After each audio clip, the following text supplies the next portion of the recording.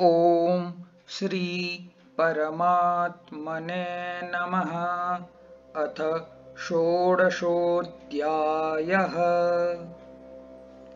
अथातः चिकित्साप्राभृतीयम् अध्यायं व्याख्यास्यामः इति हस्माः भगवान् आत्रेयः।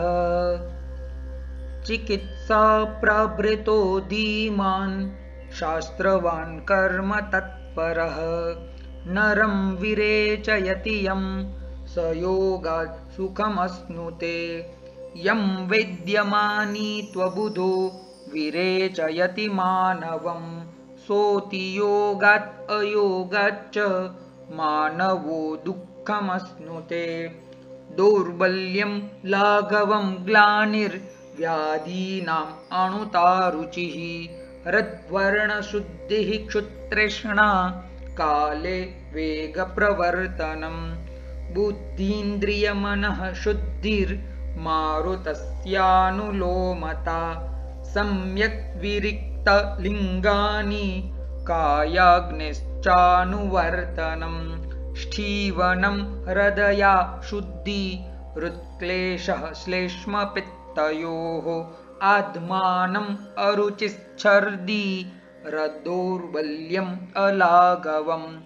जङ्घोरु सदनं तन्द्रा स्थैमित्यं पीनसागमः लक्षणान्यविरिक्तानां मारुतस्य च निग्रहः।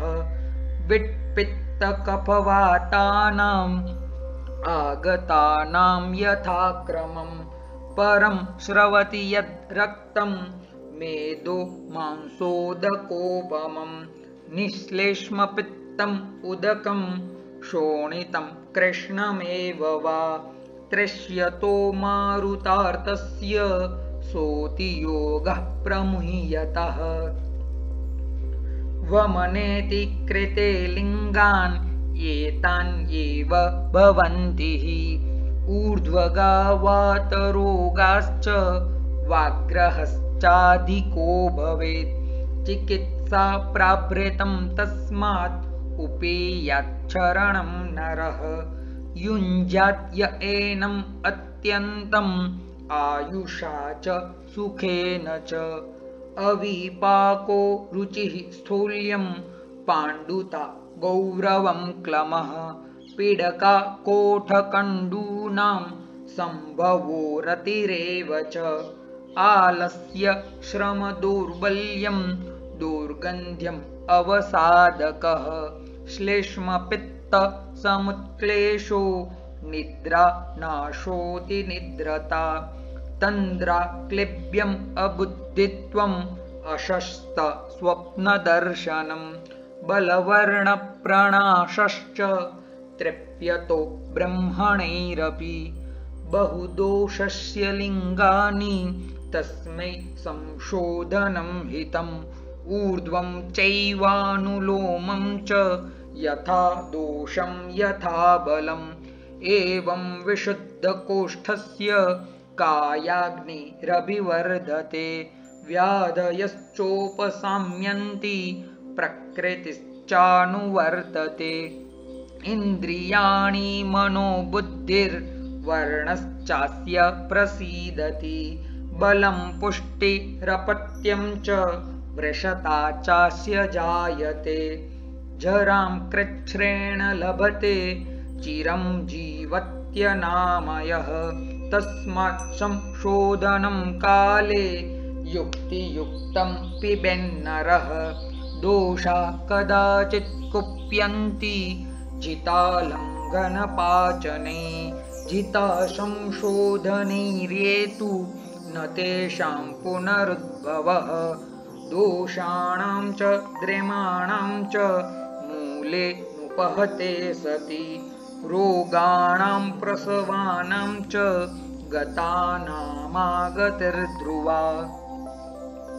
भेषज क्षपिते पथ्यम् आहारैरेव ब्रह्मणं घृतमांस रस क्षीर रद्ययूषोपसंहितैः अभ्यङ्गोत्सादनैः स्नानैर्निरूढानां शुभैसानुवासने तथा स लभते शर्म युज्यते चायुषा चिरम् अतियोगानुबद्धानां सर्पिः पानं प्रशस्यते तैलं मधुरकैः सिद्धम् अथवाप्यनुवासनं यस्य त्वयोगस्तं स्निग्धं पुनः संशोधयन्नरं मात्रा कालबलापेक्षी स्मरन् पूर्वम् अनुक्रमं स्नेहने स्वेदने शुद्धो रोगाः संसर्जने च ये जायन्ते मार्गविहिते तेषां सिद्धिषु साधनं जायन्ते हेतुवैषम्यात् विषमादेहधातवः हेतुसाम्यात् समास्तेषां स्वभावो परमः सदा प्रवृत्तिर्हेतुभावानां न निरोधेऽस्ति कारणं केचित् तत्रापि मन्यन्ते हेतुं हेतोरवर्तनम् एवम् उक्तार्थम् आचार्यम् अग्निवेशोऽभ्यभाषत स्वभावो परमे कर्म चिकित्सा प्राभृतस्य किम् भेषजैर्विषमान् धातून् कान् समीकुरुते भिषक् का वा चिकित्सा भगवन् किमर्थं वा प्रयुज्यते तच्छिष्य वचनं श्रुत्वा व्याजहार पुनर्वसुः श्रूयताम् अत्र या सौम्य युक्तिर्दृष्टा महर्षिभिः न नाशकारणाभावात् भावानां नाशकारणं ज्ञायते नित्यगस्यैव कालस्यात्ययकारणम् शीघ्रगत्वाद्यथा भूतस्तथा भावो विपद्यते निरोधे कारणं तस्य नास्ति नैवान्यथा क्रिया याभिः क्रियाभिर्जायन्ते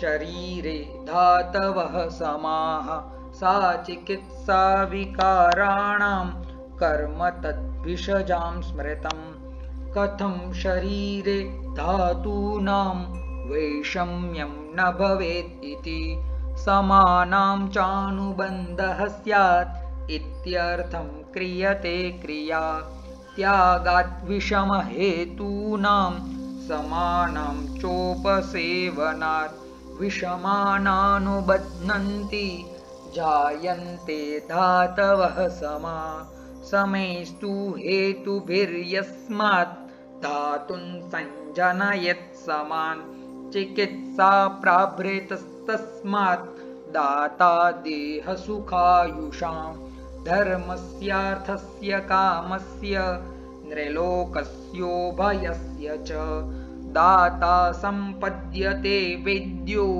दानात् देहसुखायुषाम् तत्र श्लोकाः चिकित्सा प्राभृतगुणो दोषो यश्चेतराश्रयः योगातियोगानां लक्षणं शुद्धिसंश्रयम् बहुदोषस्य लिङ्गानि संशोधनगुणाश्च ये चिकित्सा सूत्रमात्रं च सिद्धिव्यापत्तिसंश्रयम् या च युक्तिश्चिकित्सायां यं चार्थं कुरुते भिषक् चिकित्सा प्राभृते ध्याये तत्सर्वम् अवदन् मुनिः इति अग्निवेशकृते तन्त्रे चरकप्रतिसंस्कृते श्लोकस्थाने चिकित्सा प्राभृतियो नाम षोडशोऽध्यायः समाप्तः कल्पना चतुष्कः इति श्री धन्वन्तरिरर्पणमस्तु।